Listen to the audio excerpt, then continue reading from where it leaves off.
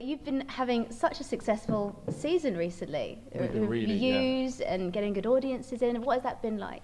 Oh, we've been really, really blessed. I mean, when we set out to do this is our first rep season. And so when we set out to do it, it was about trying to get the company closer to that ideal that we had of running like a European theatre company. And so that's why we sort of took 6 months off to plan the rep season. You know, we knew we were going to do it in advance, but we weren't doing any other shows in that 6 months, and it was just gearing to this. And given that was the aim, I mean, we've been so blessed. I mean, we couldn't have asked for a better response. People have really responded to the rep idea. I think that there's an audience out there that has really missed that in the UK. There's an audience that have heard about rep, but it was extinct before they were, you know, theatre goers. And so I think the rep idea has really excited people. Yeah, quite a lot of people don't really understand what rep is, because it is so unusual. Yeah, I mean, it used to be commonplace. I mean, it absolutely used to be how actors and indeed directors and indeed everybody in the theatre industry sort of train. You know, they learn by doing. But there are still places that do it. I'm not pretending we're the only people that do it, but it's really rare for that to happen. And so, yeah, audiences have responded to it. The critics that have come down, you know, we've had interest from national critics for the first time that have responded to the ambition of the project and to the idea of rep. And fortunately, they're really liking what they've seen. So we've been really, really fortunate.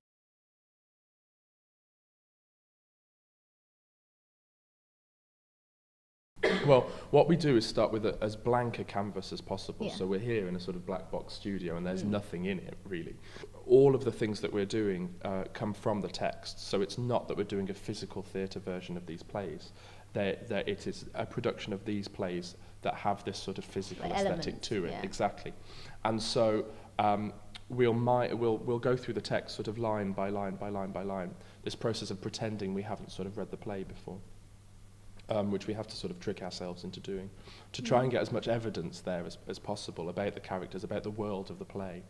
And we're very, very clear then about what design elements we bring into this blank canvas and what they tell us about the world of the play. The majority of the work that we've done over the last 3 years has been Strindberg and Schiller and Shakespeare predominantly.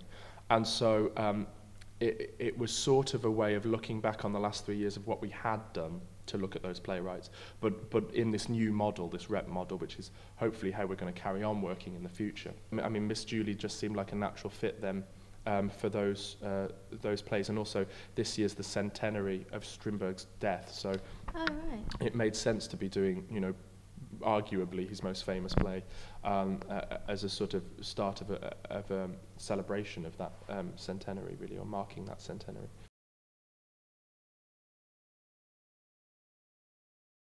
What's it like working in an ensemble?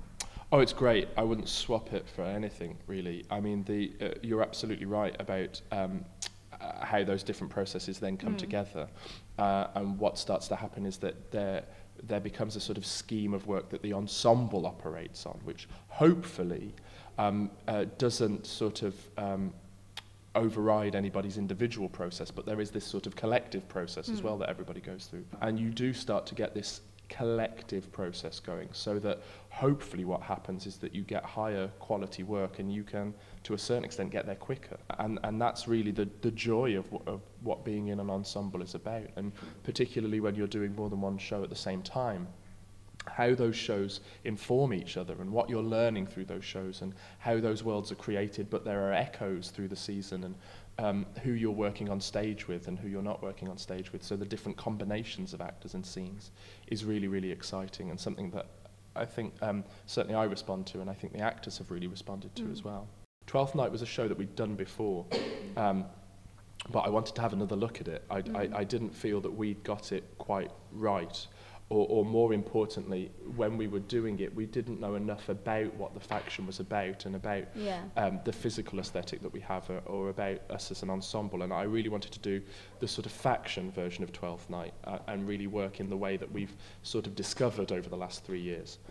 And so I wanted to revisit that, and it felt good in terms of all of the ambition of the project to do a play that we knew to some extent. And then you're sort of looking for opportunities for physical work. So you know from what Shakespeare tells you in the scene that they're hiding behind a box tree. Yeah. So then you need to create the box tree. And so obviously you could bring in a piece of set or bring in, you know, a projection or bring in something to represent the box tree. But what we'll do is to try and use the ensemble to create the box tree. And I think it's, in a way, it's more theatrical to be able to do that. And, you know, it's, and I guess that's what we're, as a company, are interested in what's theatrical rather than trying to be more like television or trying to be more like cinema. They are their own media. And so I think we're more excited by not doing that and seeing what we can do literally with actors in a space with a text to say.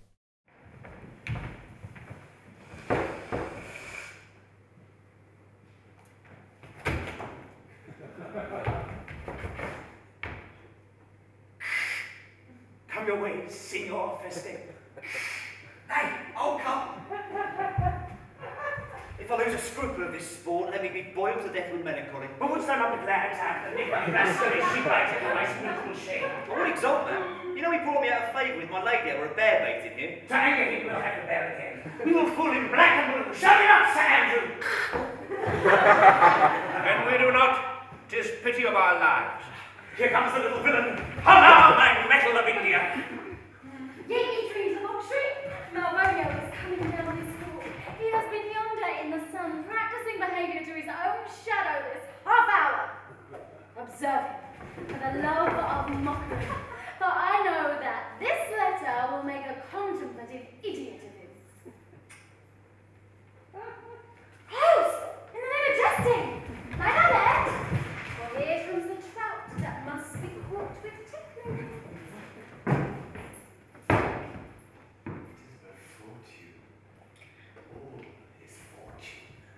Maria once told me she did affect me, and I've heard herself come thus near, that should she fancy, should be one of my complexion. Besides, she uses me with a more exalted respect than anyone else follows her. Which I think of. Here's an overweening rogue. Oh, peace! Contemplation makes a rare turkey cock of him. How he jets under his advanced plumes. I could so beat the rogue, as I say.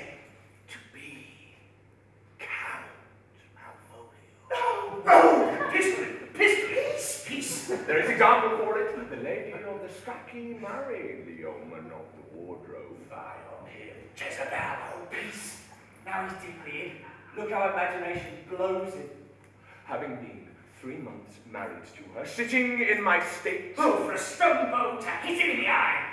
Calling my officers about me in my branched velvet gown. Having come from a day bed where I left Olivia sleeping. Fire and brimstone! Peace! And then to have the humour of state, and after a demure travail of regard, telling them I know my place, as I would they should do theirs, to ask for my kinsman, Toby. Bolts and shackles! Peace! Now, 7 of my people, with no easy start, make out for him. I frown a while, perchance wind up my watch, play with my some rich jewel. Toby approaches, curtsies there to me. shall this fellow live from off